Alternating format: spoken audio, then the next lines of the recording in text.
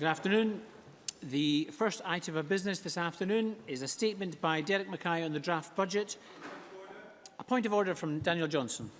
At First Minister's questions this afternoon, Nicola Sturgeon made a statement in reply to a question from Kezia Dugdale. First Minister said that there was evidence of a narrowing of the attainment gap in terms of access to universities. In actual fact, today's figures, independently verified by SPICE, show that the gap between applicants from the most and least deprived backgrounds has actually increased over the last 2 years. It is therefore clear that the First Minister's statement was inaccurate. Will the PO allow time for Nicola Sturgeon to correct the record on this important measure of her government, especially given that tackling the rising attainment gap is her government's apparent top priority? Thank you. Can I thank Daniel Johnson for the advance notice of the point of order? In this case, it's not a point of order. However, the First Minister will have heard Mr Johnson's comments, and if she chooses to correct the report or correct your understanding of what she said, then it's up to the First Minister. Now, can I move on to the first item of business this afternoon, which is the draft budget? The Cabinet Secretary will take questions at the end of his statement, so there should be no interruptions during his statement, and I would call on the Cabinet Secretary to speak.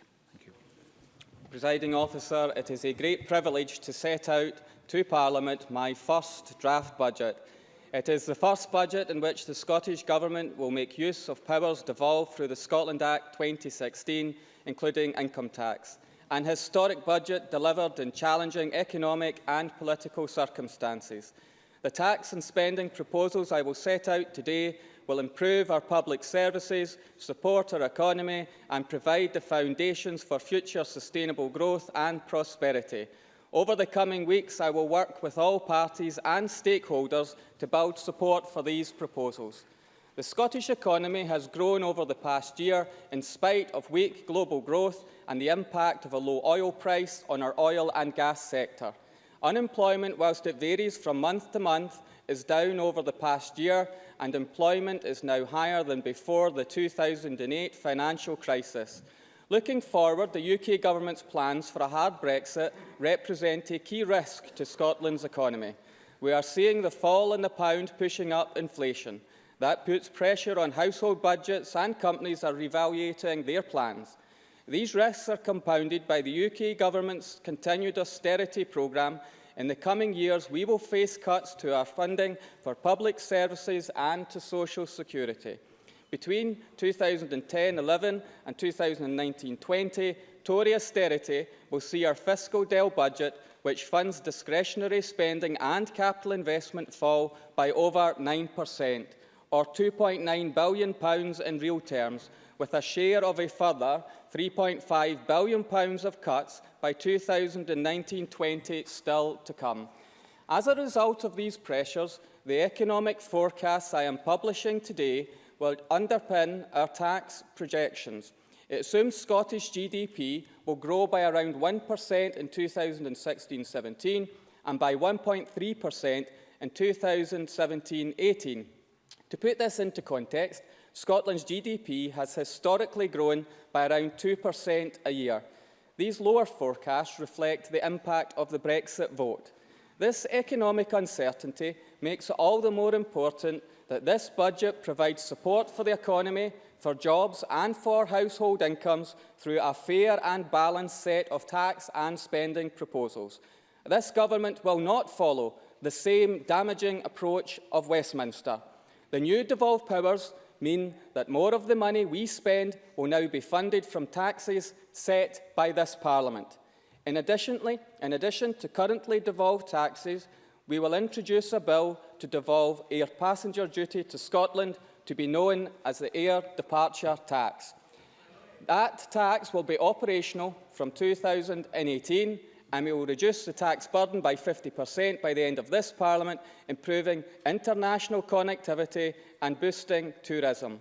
In all our tax proposals for 2017-18, I am grateful to the Fiscal Commission for scrutinising the forecasts of receipts and endorsing them. This government is committed to a principles-based approach to taxation, particularly that tax should be proportionate to the ability to pay. Our land and buildings transaction tax has already lifted 15,000 households out of tax compared to stamp duty in the rest of the UK, supporting people into home ownership. Following the successful introduction of the tax, this budget proposes to keep residential and non-residential rates and bands the same as this year, a tax freeze that maintains our progressive approach. I also propose that the Scottish landfill tax, which contributes to our environmental objectives, will rise only in line with RPI inflation. In using the Scotland Act income tax powers for the very first time, we must have a balanced approach. Let me be clear. I will not pass the costs of UK austerity on to the household budgets of the lowest income taxpayers. So I can confirm that we will protect low and middle income taxpayers at a time of rising inflation by freezing the basic rate of income tax. However, we cannot accept, at this time of austerity, top earners benefiting from an inflation-busting tax cut. So I will limit the increase in the higher rate threshold to inflation and not give a substantial real terms tax cut to the top 10% of income earners. The higher rate threshold will therefore be set at £43,430. And while I sympathise with those who have argued for an increase to the additional rate, I've had to balance that with the risk to our economy and am maintaining the current rate. This government's approach, endorsed by the electorate, is the right thing to do for our economy, for jobs and public services. For the first time, there is now a direct link between Scotland's economic performance and public spending. This government has consistently delivered a competitive environment for business, and we have used our tax powers to support growth. Not only have we ensured that smaller businesses pay zero or lower rates on non-residential LBTT, large businesses enjoy a lower rate than the rest of the UK. The introduction of the Small Business Bonus Scheme has saved businesses over £1 billion since its introduction in 2008, and I am pleased to set out today measures that confirm a highly competitive business rates regime for Scotland for 2017-18, particularly for the thousands of small businesses in Scotland. First, I will reduce the business rates poundage by 3.7% to 46.6p. Second, we will expand the Small Business Bonus Scheme by raising the eligibility threshold for 100% relief to a rateable value of £15,000, lifting 100,000 properties out of rates altogether. Third, whilst I've listened carefully to business, just as I cannot cut tax for the wealthiest individuals, I cannot cut the rate of the large business supplement. However, I will restrict the supplement to the very largest businesses by increasing the threshold to £51,000, reducing the tax burden on 8,000 businesses. In addition, I will match the Chancellor's recently announced rates relief for rural areas, and I intend to match reliefs for fibre infrastructure, subject to the confirmation of the detail. Finally, I come to the question of transitional relief following the revaluation. If we were to introduce such a relief, it would place a significant burden on many of our smaller businesses. That is not the right way forward. So given that all businesses will benefit from the lower poundage I have announced today, I do not propose to run a transitional relief scheme. The poundage cut, the small business bonus extended, and the large business supplement focused only on the very biggest businesses. That is a good deal for Scottish business and a great deal for Scottish jobs. But we will not stop there. To help small businesses grow, we will launch the £500 million Scottish Growth Scheme in 2017, offering financial support for business investment. The three-year scheme, now approved by the Treasury, will provide investment guarantees and some loans to small and medium-sized firms who would otherwise struggle to grow because of a lack of finance. We will increase support for our new innovation and investment hubs in Brussels, London and Berlin, building on the success of the Dublin hub. and we will double the number of people working for Scottish Development International in Europe to promote our exports. We will support our rural economy through increased support for the food and drink industry and more than £100 million investment in digital connectivity, driving forward super-fast broadband towards our 100% of access by 2021. Today's budget reaffirms this government's commitment to infrastructure investment. Over the next year, we will complete the combined M8, M73, M74 improvements, the M8 bundle, the iconic Queensferry crossing and the AWPR, and will make progress on the A9 and the A96, amongst many others. We will also complete the electrification of the Glasgow to Edinburgh rail line, introducing longer, faster, greener electric trains as part of our £5 billion investment plans in Scotland's rail network by 2019. Following recent performance issues, some in the Chamber have called for a rail fares freeze. They claimed it would cost around £2 million, but the real cumulative cost of a one-year freeze to the first break point in the franchise would in reality be £58 million. This would compromise the investment programme that is so vital to improving the performance of our rail network. But we recognise that investment can mean disruption for passengers as we upgrade lines and introduce new stations. So I can announce today that in the coming financial year, we will invest not £2 million, but a £3 million package of targeted fare reductions to ease costs for passengers and thank them for their patience. And the Minister for Transport will set out more detail tomorrow. Investment in our transport network is complemented by funding for city deals for Glasgow, Aberdeen and Inverness. We will continue to support city deals for Edinburgh, Dundee, Perth and Stirling, and are considering the scope of an Ayrshire growth deal. I can also announce that I have signed today with Dundee City Council the financial agreement to allow the Dundee Central Waterfront Growth Accelerator to go ahead, supporting economic growth in the area and 500 jobs. I will be inviting proposals from councils for 2 further tax incremental financing projects in the coming year, leveraging private investment in infrastructure. This budget invests heavily in housing. We delivered our target of building 30,000 affordable homes in the last Parliament. Looking forward, we will deliver at least 50,000 new affordable homes, including 35,000 for social rent over the life of this Parliament.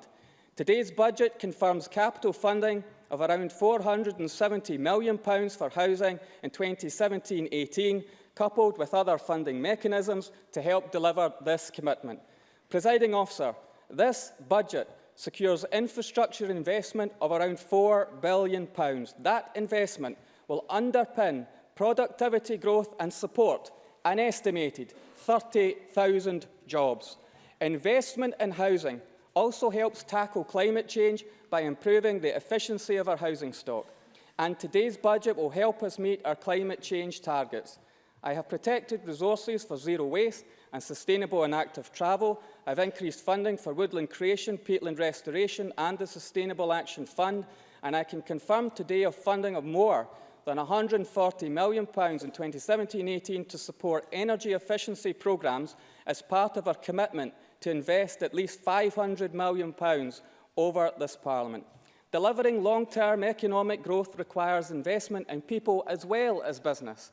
Closing the attainment gap, reducing child poverty and ensuring equality of access to higher education will generate long-term benefits for our economy and public finances. That is why we are prioritising education, and this budget provides resources to match. We will invest in skills and training, building on the success of our Opportunities for All initiative and extensive consultation on the apprenticeship levy. Revenues from the levy mean that Scotland will receive £221 million in 2017-18. Let me be clear. It has been suggested that this is a new fund of £221 million. It is not. The UK Government has given with one hand and taken away with the other. For the most part, the levy replaces existing funding for apprenticeships and related activity. However, I can confirm today that £221 million will be committed to interventions that support skills, training and employment in Scotland. 2017-18 will see the next stage in our expansion to 30,000 modern apprenticeship new starts a year, and we will also respond to the needs of employers by establishing a flexible workforce development fund. Details of funding have been published today, and the Minister for Employability and Training will set out further information tomorrow. This budget also funds the expansion of early learning and childcare to 1,140 hours by the end of this Parliament by providing an initial £60 million to support the first phase of workforce and infrastructure development. Future years will see significant additional investment as we deliver on our commitment to transform childcare in our country. The defining mission of this government is to raise educational attainment in our schools. At the election, we pledged £750 million over the course of this Parliament to the Attainment Fund, and in a radical departure, we said that £100 million per year from that fund would be spent at the discretion of Scotland's schools to help close the attainment gap.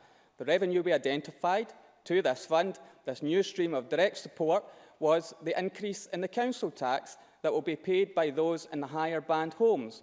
I know that many MSPs did not agree with that proposal. Parliament debated, Parliament voted, and I have listened to Parliament's views. However, I will not sacrifice the educational chances of Scotland's poorest pupils. I will not abandon a radical plan to give schools direct control over significant new resources. Instead, I can announce today that I will not simply make good on our pledge, I will go further. Next year, instead of £100 million going direct to schools, £120 million will be spent at the discretion of head teachers. This £120 million will fund a new pupil equity scheme. Schools across the country will be allocated around £1,200 for each pupil in P1 to S3 eligible for free school meals. And what is more, I will not fund this from the council tax. Instead, I will use the Scottish Government's own resources. Councils will keep the full value of the revenue from the council tax rebanding. Every penny raised locally will be spent locally as councils see fit. And we will deliver our pledge to help schools close the attainment gap from central funds. We have listened, we have acted, and we will deliver for Scotland's poorest pupils. But we will not.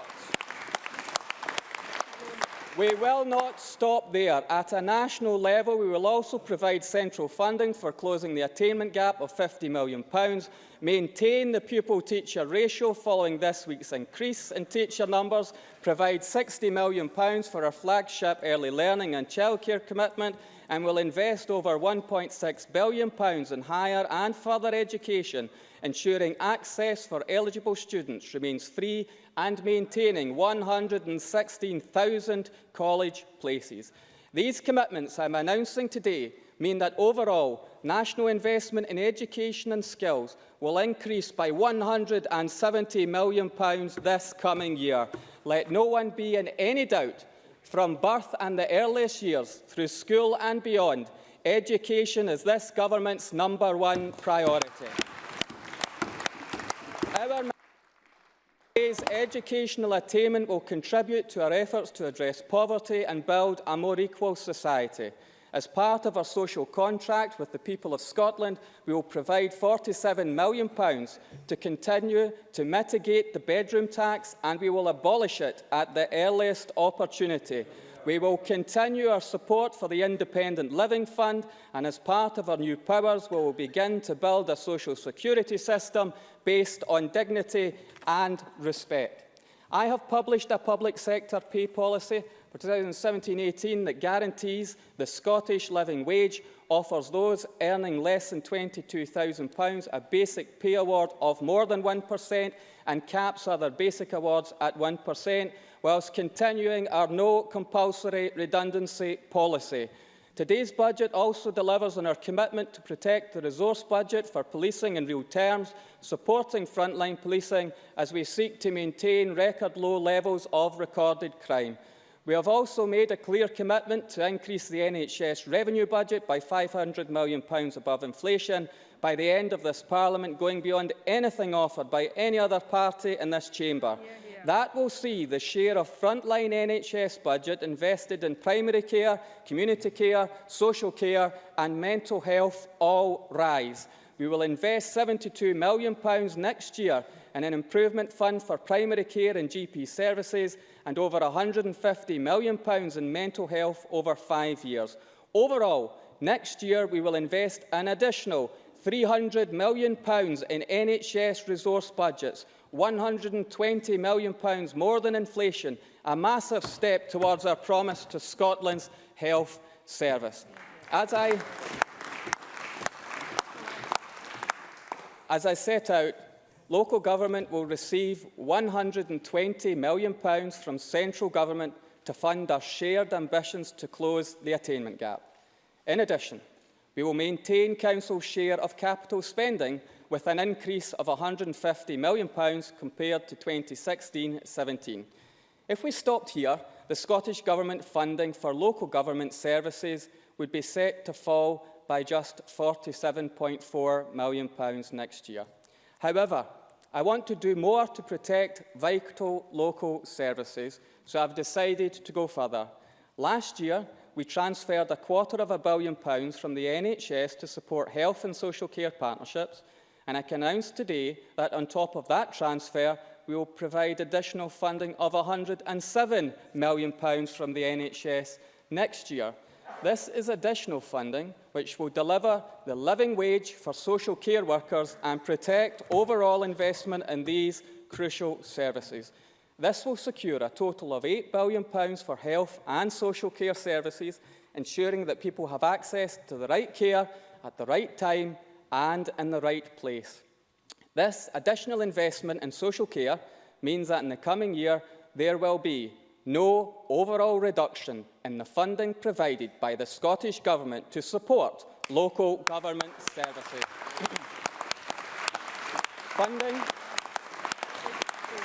Funding will increase by £59.6 million. Of course, government funding is not Council's only source of additional revenue next year. As I've already said, the £111 million that will be raised through the council tax rebanding will be retained locally, and local authorities will also be free to set an increase in the council tax generally by up to 3% next year, generating, if they so choose, a further £70 million. Presiding Officer, the measures I have announced today mean that the total support from the Scottish Government and through local taxation provides an increase in spending power on local government services, not of £59.6 million, but of £240.6 million, or 2.3%. That is a settlement which invests in education, invests in social care and invests in local services. Presiding Officer, this is a budget for growth and public services, for our environment and our communities.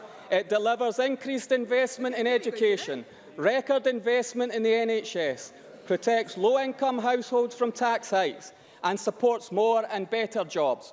Overall, it delivers £700 million of additional spending on our economy and public services. This is a budget for Scotland, and I commend it to Parliament.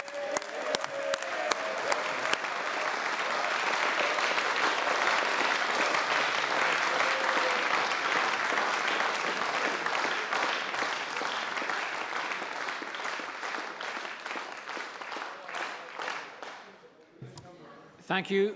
The Cabinet Secretary will now take questions. There will be around 40 minutes for questions, so if you wish to ask, please press your request to speak button now. I call on Murdo Fraser. Thank you, Presiding Officer. Can I thank the Cabinet Secretary for an advance copy of his statement. This is a historic budget. For the first time, this Parliament has control over an extensive range of taxes in Scotland. You might not think so right at the moment, but the Finance Secretary is a lucky man. He has more choices than his predecessor ever had, thanks to a Conservative government at Westminster delivering financial devolution. And he had the choice to use these new powers to support economic growth and to tackle our underperforming economy.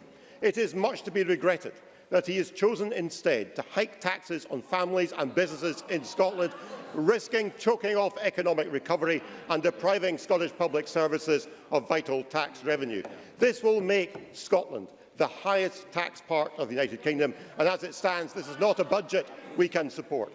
Now, despite his complaint about Westminster cuts, the Finance Secretary received an additional £140 million in real terms from the Treasury compared to the current year. This package included an extra £800 million for capital. We have said we want to see that spent in 4 priority areas: in housing, energy efficiency, digital infrastructure and rail projects, and I look forward to hearing more detail about the Government's capital plans. As Ruth Davidson made clear earlier today, we welcome the dramatic climb down on using council tax funding for a national policy of an educational attainment fund, an affront to the principle of local accountability and assault on local government, just proving the power of the strong opposition provided by the Scottish Conservatives.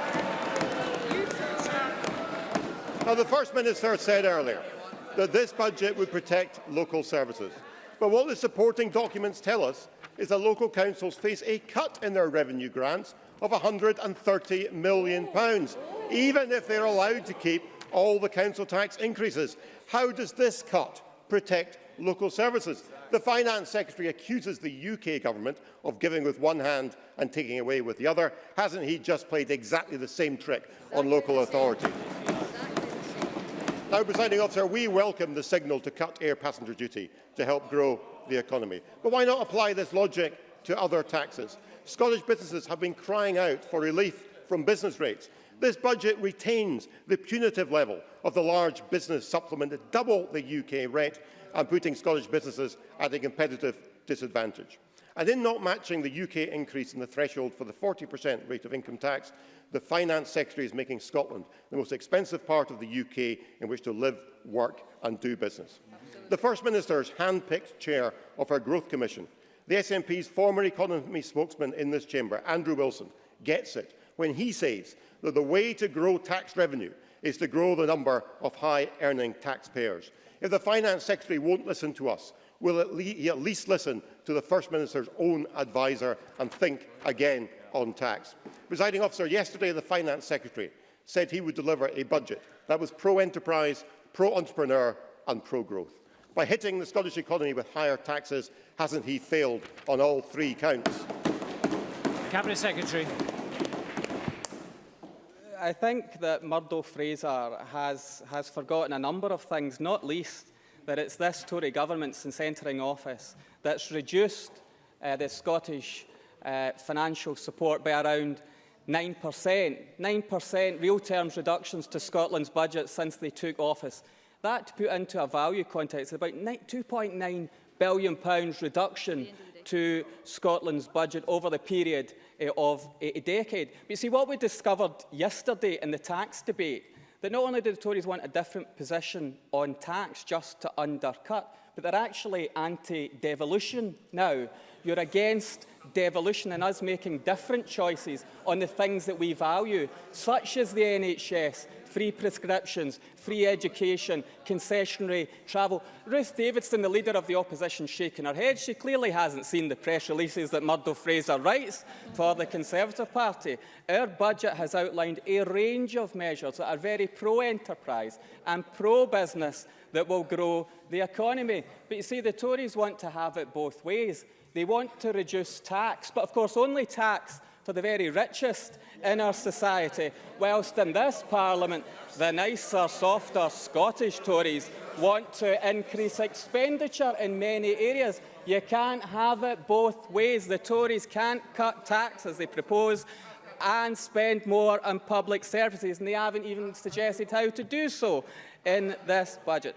In terms of business rates, this is a very strong package for business rates, a very strong package for business rates that will continue to grow our economy, and particularly, yes, supporting small businesses with a range of measures. I would have thought that Murdo Fraser could at least have welcomed that. And he asked about the capital investment plan, and there is much detail that has been provided, and he says he was demanding more investment in housing, energy efficiency and digital. There is more investment in all of these areas, substantially more investment, and I suspect the Tories will vote against it nonetheless. But the key issue here is we are giving more resources to our vital public services, opposed by the Conservatives.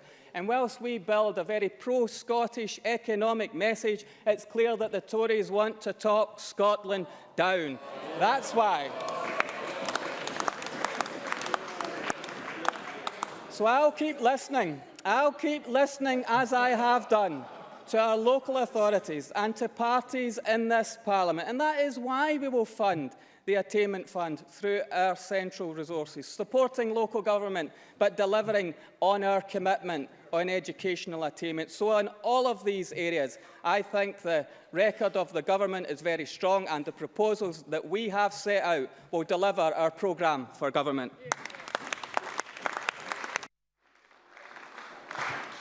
Kezia Dugdale. Presiding Officer, the SNP Finance Secretary has unveiled a budget today that will see the heart ripped out of public services. School results and teacher numbers are in decline. Our valued NHS workers are overstretched. However the Finance Secretary tries to spin it, today's budget means a real terms cut of £327 million from the SNP government to local services. It's here in black and white on page 91, and SNP members would do well to read it. And they're making up the difference by holding councils to ransom, forcing them to use their tax powers, whilst the SNP government refuse to use their own. They could have asked the richest 1% to pay a little more with a 50p top rate of tax, but yet again they refuse to do the right thing. This budget passes on Tory cuts to the people of Scotland. It makes Derek Mackay no better than a Tory Chancellor. We have the powers to do things differently. Let's use them. Let's stop the cuts and ask those with the broadest shoulders to pay a bit more. Let's protect local services. Let's grow the economy and create well-paid jobs. Presiding Officer, Labour cannot support a budget with over £300 million worth of cuts to local services at its heart. Isn't it the truth that Scotland needs a plan for investment, for jobs and for our economy, a plan to protect our public services from SNP cuts? Cabinet Secretary. Presiding Officer, I can't help but reflect on the fact, in terms of the tax position in the UK Parliament, where Jeremy Corbyn sits on this particular issue. And I wonder if Kezia Dugdale thinks that Jeremy Corbyn is no better than a Tory Chancellor, considering how he said he will continue with the Tories' proposition around tax. But in relation to overall public spending, Kezia Dugdale said that there was no real new public spending for public service. That's just not true. There is £700 million extra for public services in Scotland coming from the Scottish Government in the detail in the budget document. But when you look at all the detail for the settlement for local authorities, the ability to raise council tax and the wider package of local government services, it is a good deal and a fair deal. And no wonder COSLA haven't rejected the package that I've offered to them, because they know that it's a good and a fair proposal that's been set out by the Scottish Government, and one, and yes, that we have listened to where there were points of difference, whilst delivering on the key priority areas. And even on that, I would have thought that the Labour Party would have welcomed more money for education. I would have thought there would be some welcome of that. I remember Alec Rowley saying specifically, if we wanted to do something around attainment, we should fund it centrally. And we have done it. And we've not just delivered on our commitment, we have surpassed our commitment to £120 million for the Attainment Fund. So I think the Labour Party should reflect on the positives of this budget, reconsider their position and welcome the substantial increase to Scotland's public services.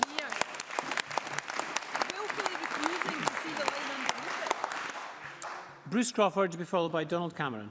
Thank you, Presiding Officer. I am, of course, delighted Cabinet Secretary the UK Government has followed the Scottish Government's lead in regard to the Stirling-Clack City Region deal. Now, detailed discussion on the potential transformation can begin in earnest. However, in regard to the bigger picture, would the Cabinet Secretary confirm that this very good news of £300 million uplift in NHS resource funding in Scotland is an above-inflation increase, matches the Barnett consequentials from health spending in England, and is certainly greater than any of that promised by any other party in this chamber. Cabinet Secretary. Yes, Presiding Officer, I can confirm all of that and of course welcome the partnership working around the city deals. I think this working is very productive for unlocking local economic potential. But specifically in relation to the question around the NHS, yes, today marks an important step in delivering this commitment. We have passed on resource consequentials in full, and the increase in the health resource budget of over £300 million in 2017-18 represents an above-inflation increase in excess of £120 million. Donald Cameron to be followed by James Kelly. Investment in our NHS is much needed, particularly in primary care, but it's important to note the distinction between primary care and general practice in particular. And between 2010 and 2016, increases in investment to general practice specifically has lagged far behind that of health boards. For years, this government has failed those GPs who work at the front line of the NHS.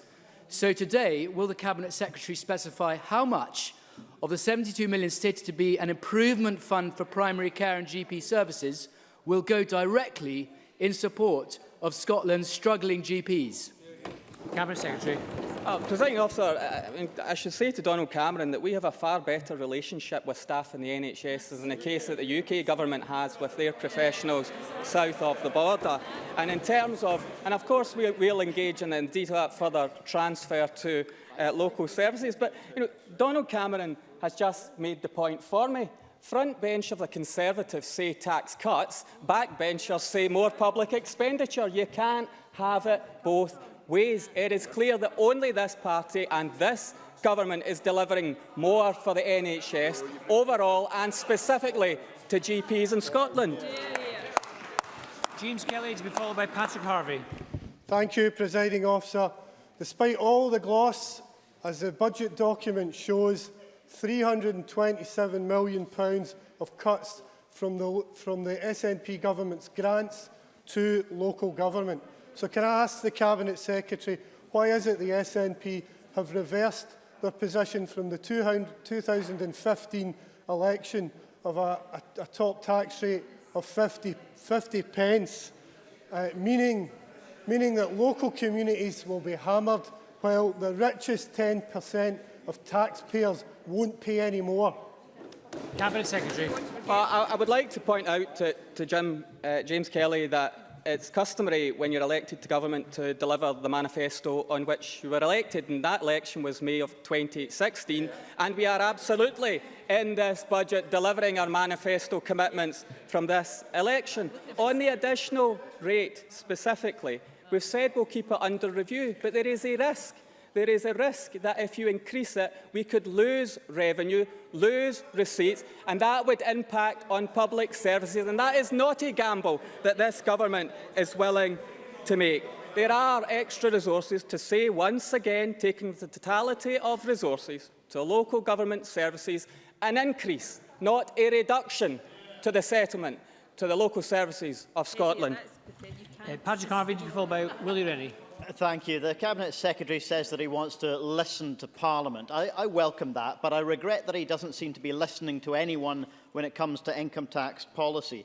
We know that the poorest third of our society will see their incomes go down next year, while high earners will get a tax cut. Those may be UK government decisions, but the Scottish Government now has the power to reverse those effects and has chosen not to.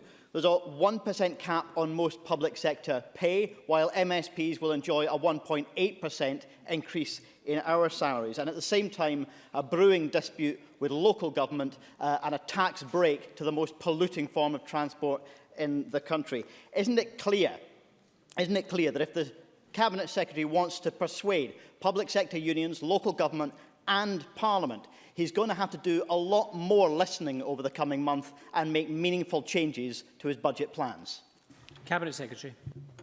Of course, I will listen to all voices in Parliament, and I think I've shown that I was willing to do that around how we fund and support the Attainment Fund and our support for local government.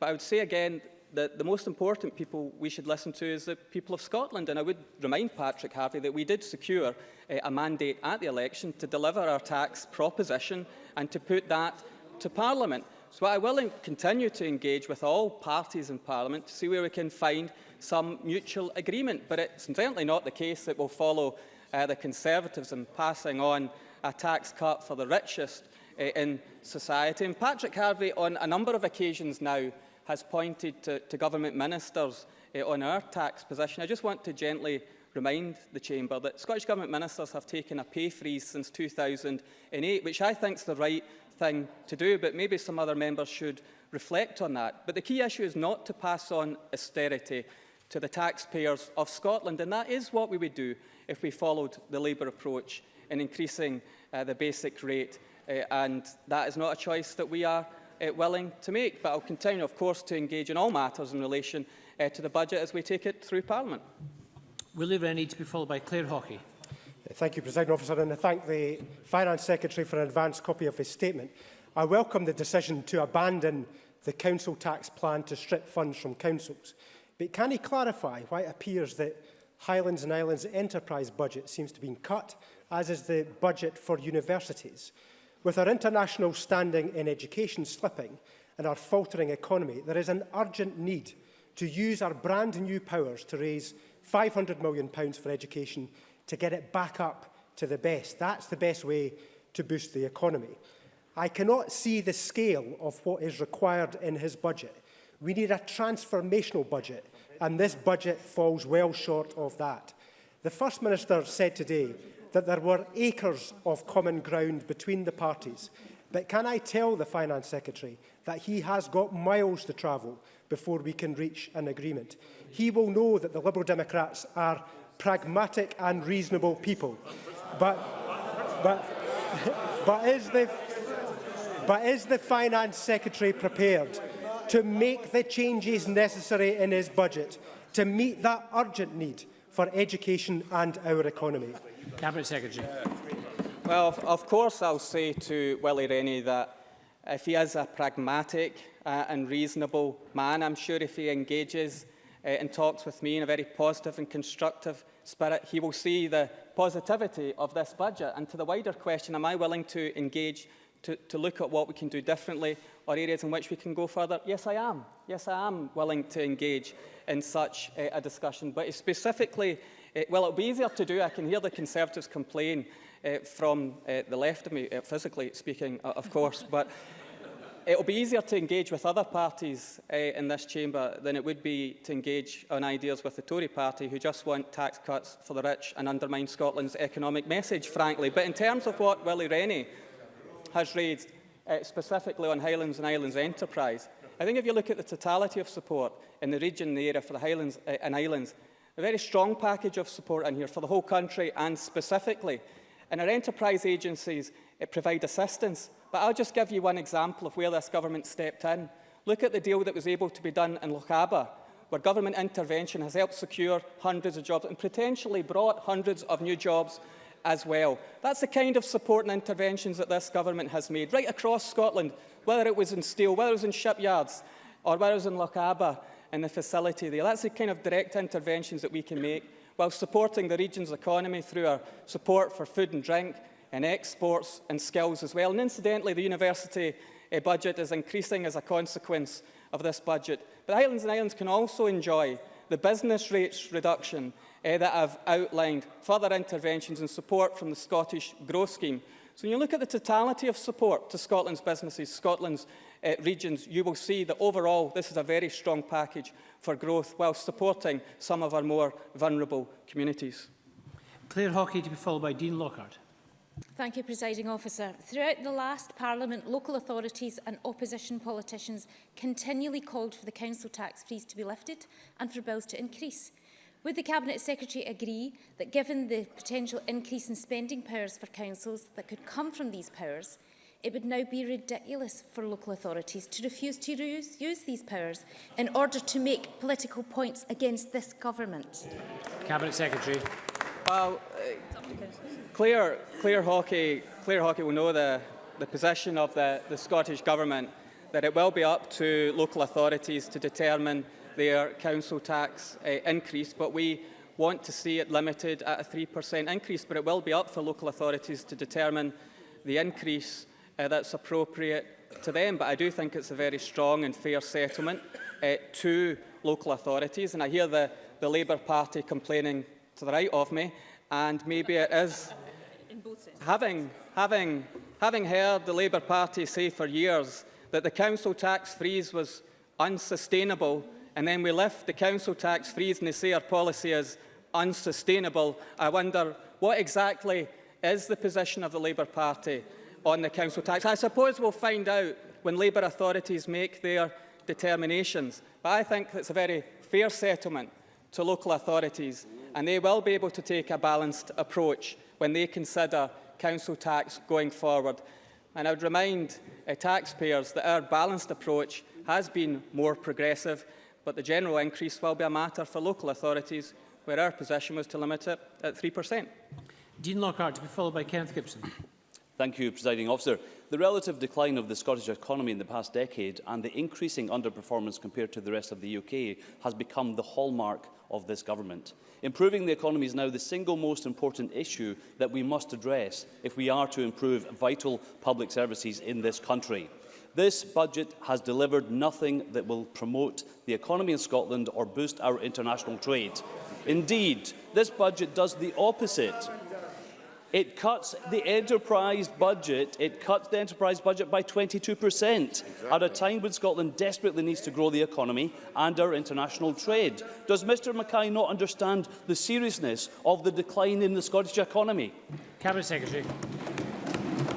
Well, of course, Dean Lockhart, from the party that gave us the consequences of Brexit chaos, total mismanagement, poor handling, spending money on things like palaces and nuclear weapons, tax cuts for the rich, and absolutely no ideas around productivity or innovation. Dean Lockhart clearly wrote his question before he heard my speech, because in the speech were clear lines and growth areas around Scottish growth scheme, increasing exports, supporting food and drink, supporting industrial interventions, a clear focus on innovation, trade missions, and crucially, of course, a business rates reduction for every business in the country in terms of the poundage. That is a very sound package in which to support our economy. I make another plea to the Conservatives. Do you really think it helps the Scottish economy to continually talk it down? It's about time you started talking up. Talking up.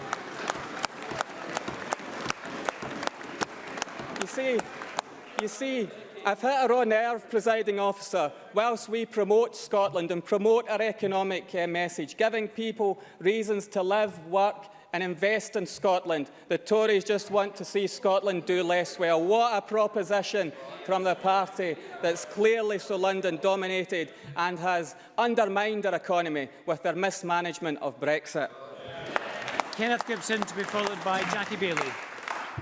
Thank you, Presiding Officer. I warmly welcome the Cabinet Secretary's statement and note the crocodile tears of the Tories about the amount to be invested in public services. This is the first budget conducted under the fiscal framework agreed by this Government and the Chancellor. Can the Cabinet Secretary advise Parliament what the impact on this budget would have been if the UK Government's original plans to use the framework to cut Scotland's budget had gone ahead, plans which drew not a peep of opposition from Tory MSPs, incapable of putting Scotland's interests first? Cabinet Secretary. Presiding Officer, I think Kenny Gibson has a point. I remember... Yeah, I do. I think he has a point. I can hear Ruth Davidson shouting at me. Ruth Davidson, of course, was shouting, she's always shouting, before, line in the sand, no new powers to Scotland. Then was the prospect of new powers, deliver the new powers, do it more quickly. Then when it came to the finances of the fiscal framework, it was compromise. Compromise is what the Conservatives said to Mr Swinney. Well, Mr Swinney didn't compromise and secured a better deal for Scotland and Scotland's budget. So I can tell the Chamber that the published block grant adjustment figures, the forecast, the figures that we have will show that we are £46 million better off as a result of using our model compared to Westminster's model. So that shows that John Swinney was absolutely right in standing up for Scotland and ensuring we got a better fiscal framework that works for Scotland. Jackie Bailey to be followed by John Mason. I listened to the Cabinet Secretary's statement. I even had time to read sections of his draft budget. So if the economy is so important, which I think it is, why has he cut enterprise by 50 million? 22% reduction in that budget line. Why has he cut Highlands and Islands enterprise by 8 million, a 10% reduction in their budget line? And why is the Cabinet Secretary silent on how he will fund infrastructure projects? Is that because he had to use all his capital borrowing from last year and this year to cover up for John Swinney's £942 million error in the classification of projects like Dumfries and Galloway Hospital and Edinburgh Sick Kids? And can the Cabinet Secretary finally tell me what projects will be delayed as a consequence and how much he will need to borrow next year to plug the gap? Cabinet Secretary. Well, let me start off with Jackie Bailey's comment on what specifically projects will be delayed. None.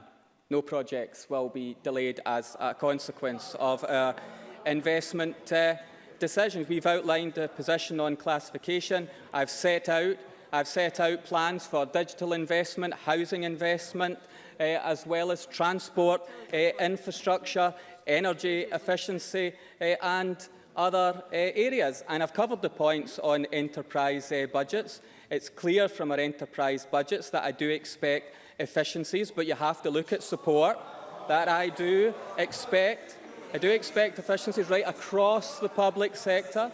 But what I am delivering is a good, strong package of support for businesses that I've outlined. The Scottish Growth Scheme, support using the strength of our balance sheet to support businesses in Scotland, expanding our exports, delivering on innovation and productivity, reaching out on the living wage, and a business rates package that's good and competitive and will support Scottish business. So look at the support in the round and you will realise that this is a budget to grow our economy and support business.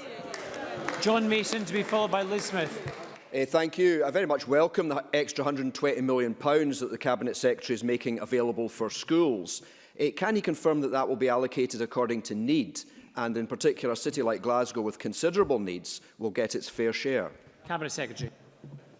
Yes, I can confirm that every local authority keeps their council tax, and the attainment fund will absolutely be distributed on the basis of need, and absolutely Glasgow will be a major beneficiary of this fund. The allocation will be around £1,200 per pupil, which means Glasgow can expect to receive around £21.5 million of these funds, which I believe will make a significant impact in closing the poverty-related attainment gap in the city. Liz Smith to be followed by Neil Bibby. Thank you. I'm sure all parties in this chamber will welcome the initial £60 million that is going to the expansion of childcare. But could I ask the Cabinet Secretary, what is the actual total cost of the SNP's promise to deliver 1,140 hours of childcare by the end of this Parliament? Cabinet Secretary. I'm happy to write with the detail to Liz Smith on that, because what we are doing is expanding childcare to support families and support our economy. And I think it's right that investing in staffing and infrastructure and how we reach out on that programme supports our childcare commitments. So I'm happy to write on the detail of that, but I think this is certainly a step in the right direction as our phased implementation of our childcare policy. Neil Bibby. After months of delays and disruption, ScotRail passengers do deserve a break. I'm pleased to see, after pressure from Scottish Labour and passengers, the Government would finally seem to agree. While we await more information from the Transport Minister tomorrow, could the Finance Secretary tell us today whether the fare reductions relate to regulated or unregulated fares? Will Abellio be funding any of these fare reductions? And finally, in terms of fares, could the Minister explain why he didn't see fit to tell the Chamber today that he plans to cut the concessionary bus fare budget for older and disabled people by £9.5 million? Cabinet Secretary. Well, we'll consult on the sustainability of concessionary travel, but it's clear, it's perfectly clear that there's continued support for the concessionary travel scheme. In terms of the rail fares issue, it was Mr Bibby not listening when I said that we would commit £3 million to that package of support, and the Transport Minister would outline the detail tomorrow. But you see, the big question is, having moved from Labour's figure of £2 million support to £3 million support, will the Labour Party vote against this budget or support it to actually let it happen whilst delivering? Of course, this government wants to deliver the £5 billion package of improvements to rail in Scotland, something that would be totally undermined by Labour's proposition. Kate Forbes, to be followed by Douglas Ross. Thank you, Presiding Officer. This draft budget recognises that economic growth has a direct impact on revenue for public spending, with the announcement of a major package of support for Scotland's businesses. Can the Cabinet Secretary indicate how rural businesses will benefit in particular? And I should note that I'm the PLO to the Cabinet Secretary for Finance. Cabinet Secretary. Well, today's draft budget outlines details on our actions on delivering economic growth across Scotland, regardless of location. We will double rural relief from 50% to 100%. We will expand the small business bonus scheme so that it exempts 100,000 properties from business rates, and we will reduce the rates poundage by 3.7%. And we're also committed to delivering 100% super-fast broadband coverage by 2020-21 to transform connectivity and improve the productivity of businesses in remote and rural areas, transforming the prospects of those that live there. Douglas Ross, to be followed by Daniel Johnson. Thank you, Presiding Officer. The Scottish Parliament's Justice Committee is conducting an extensive inquiry into the role of the Crown Office and Procurator Fiscal Service. Witness after witness has said this service is not sufficiently resourced. Yet on page 148 of the Cabinet Secretary's document today, he has cut its budget by £4 million. The Crown Office and Procurator Fiscal Service is a key pillar of our criminal justice system. Order, please. Order, please. We can't hear Mr Ross. Douglas Ross. Thank you, Presiding Officer. The Crown Office and Procurator Fiscal Service is a key pillar of our criminal justice system. Why then have the SNP government cut its budget in spite of clear evidence from witnesses to this inquiry? Cabinet Secretary. Of course, the first reflection from Douglas Ross's contribution is, here we go again from the Conservatives, cut tax and spend more. Here we go again. But in terms of engagement with the justice system in Scotland, I have engaged and I'm satisfied that the budget position that I've outlined will continue to support the service to continue in a sustainable and satisfactory way. So I do believe it's a sound settlement for the service.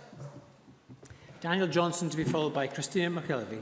Thank you, Presiding Officer. As Labour has been warning, the introduction of the apprenticeship levy presents a real risk for the Scottish Government's skills budget. So will the Finance Secretary confirm that despite the new levy on businesses, the skills budget will actually fall by £10 million in real terms? Indeed, this cut to SDS is on top of a cut to SDI, a cut to Scottish Enterprise, a cut to Highlands and Isles Enterprise. So with over £70 million worth of cuts to enterprise and skills, is this budget not a hammer blow to business support in Scotland? Cabinet Secretary. Well, I've said that there is information outlined and there will be more detail tomorrow from the Employment Minister, but there's clearly new resources for education, support for skills and the Workforce Development Skills Fund as well. So there are a range of measures that will support employers and those working their way through the education system to ensure that colleges can calibrate the systems to support employment as well. So there are a range of areas in which we are supporting the economy, supporting education and supporting apprenticeships. Of course, apprenticeships have increased under this government and will continue to increase as a consequence of our investments. Christina McKelvey, to be followed by Brian Whittle.